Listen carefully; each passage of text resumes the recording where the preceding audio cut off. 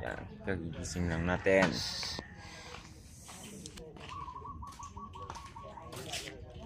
Dito na tayo. Tapos, yan. Medyo makulimlim ngayon. At pasok tayo sa bahay. Pagpasok pa lang, merong store.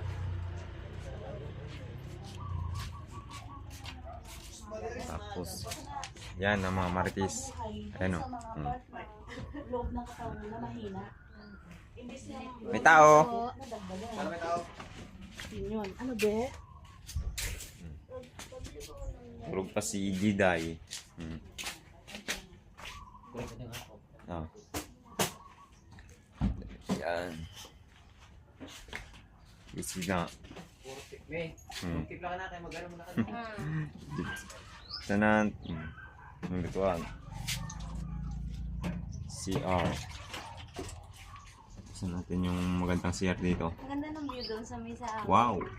Sa? Sa may sa amin ba? Ang doon maglakad-lakad umaga. Ha? Ah, okay.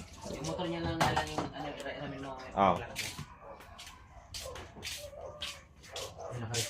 Dahil mo hindi na dahil matangkulit mo mga tao.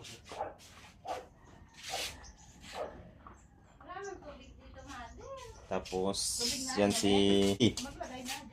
Oh. Dati lagyan mo ng tubig doon.